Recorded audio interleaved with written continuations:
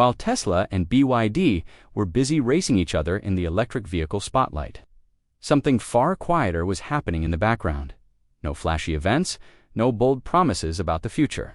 Just a calculated move that almost slipped under the radar. Then Toyota unveiled the new Corolla, and suddenly the noise stopped. People started paying attention. Not because it looked revolutionary, but because it felt intentional, almost like Toyota had been waiting for this exact moment.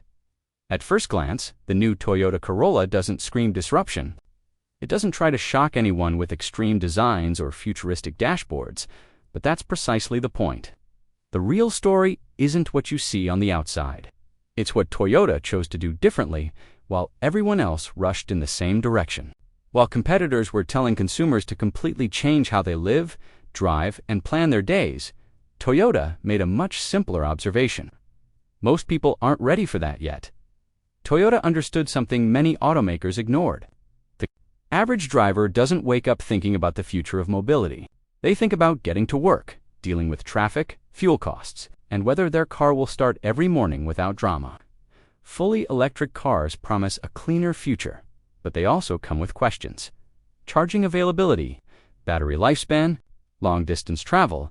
Toyota didn't dismiss those concerns. It leaned into them. This is where the hybrid strategy becomes powerful. No charging anxiety, no lifestyle adjustment, no waiting hours just to get back on the road. The new Corolla offers something that feels almost radical in today's market. Simplicity. You fill it with fuel, like always, and the car quietly handles the rest. It's not asking drivers to gamble on infrastructure that may or may not exist where they live, and that's exactly why this launch hit differently. To understand why this move matters, you have to look at Toyota itself. This isn't a company chasing trends. Toyota has spent decades building trust across nearly every corner of the world. From crowded Asian cities to rural highways, Toyota vehicles are everywhere. That presence didn't come from hype. It came from consistency. People buy Toyotas because they expect them to last. And when Toyota introduces new technology, the industry listens. Toyota sells over 10 million vehicles a year across petrol, diesel, hybrid, and electric models. That scale matters. It means real-world testing in every possible condition. Heat, cold, traffic, bad roads, long highways. Toyota doesn't design cars for ideal scenarios. It designs them for reality.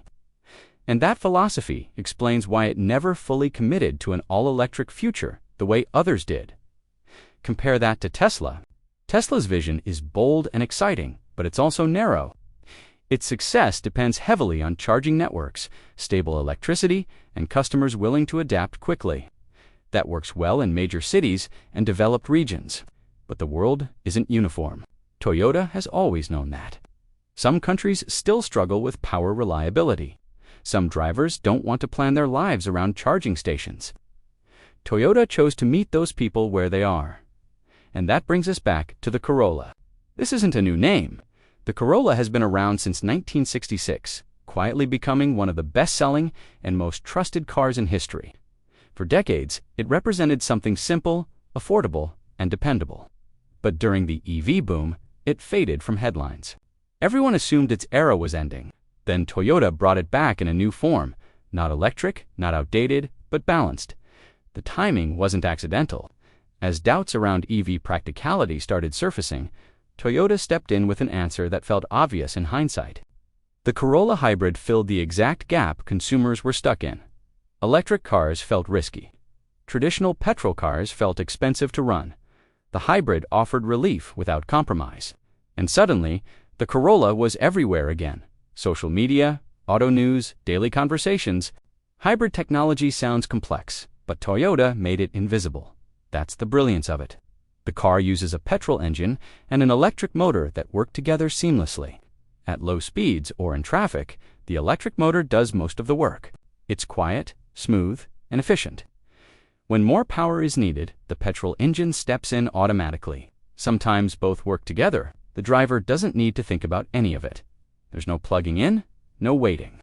The battery charges itself while driving, especially during braking. Energy that would normally be wasted is reused. This makes the hybrid incredibly practical.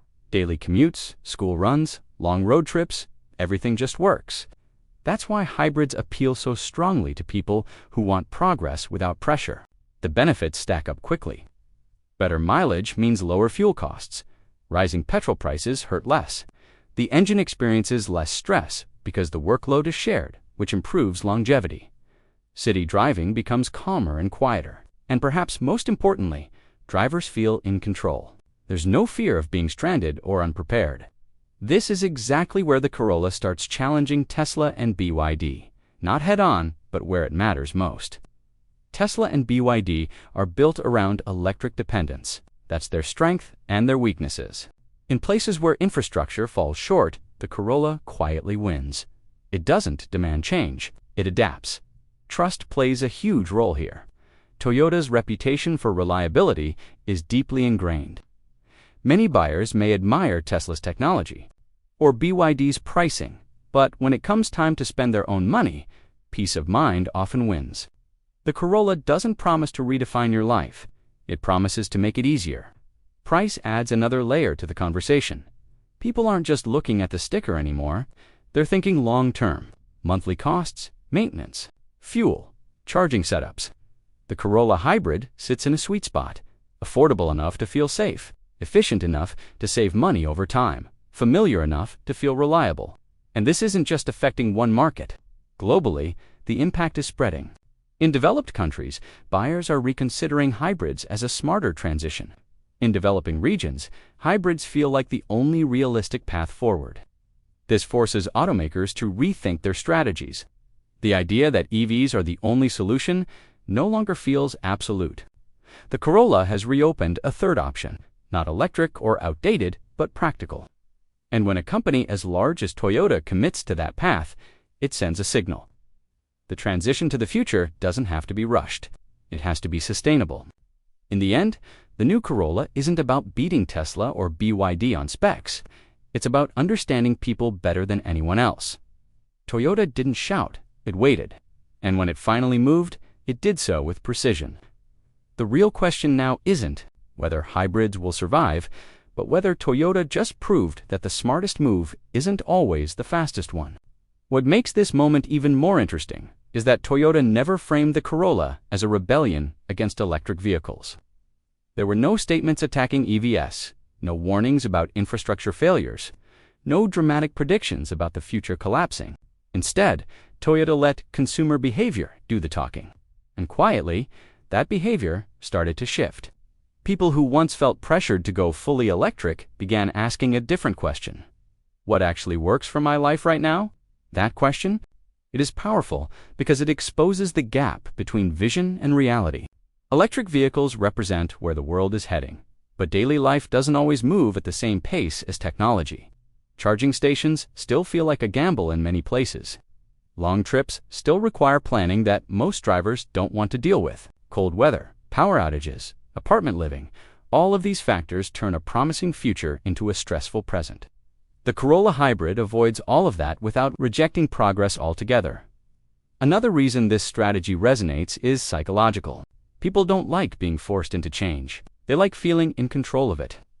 The Corolla Hybrid doesn't demand commitment to a new lifestyle. It doesn't ask drivers to relearn habits or worry about what happens if something goes wrong.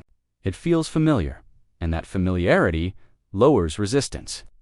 Once people experience electric driving in small doses, smoothly and quietly, they become more open to what comes next. In that sense, the hybrid becomes a bridge rather than a compromise. This is also why Toyota's approach has long-term implications. A customer who buys a hybrid today isn't rejecting electric vehicles forever. They're easing into them.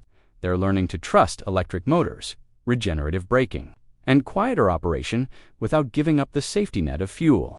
When infrastructure improves and confidence grows, that same customer may be far more willing to switch to a fully electric car later. Toyota isn't slowing the transition, it's stabilizing it. From a market perspective, this creates pressure where competitors least expect it. Tesla and BYD thrive on momentum and urgency. Their messaging often implies that waiting is falling behind, but the Corolla Hybrid introduces an alternative narrative, one that says waiting can be smart, that patience can be strategic, and when enough consumers start believing that, urgency loses some of its power. Governments and policymakers are also watching closely, pushing EV adoption to aggressively constrain power grids, supply chains, and public trust. Hybrids offer measurable reductions in fuel use and emissions without overwhelming infrastructure. For cities struggling to balance environmental goals with economic realities, this middle path becomes very attractive. That makes cars like the Corolla not just a consumer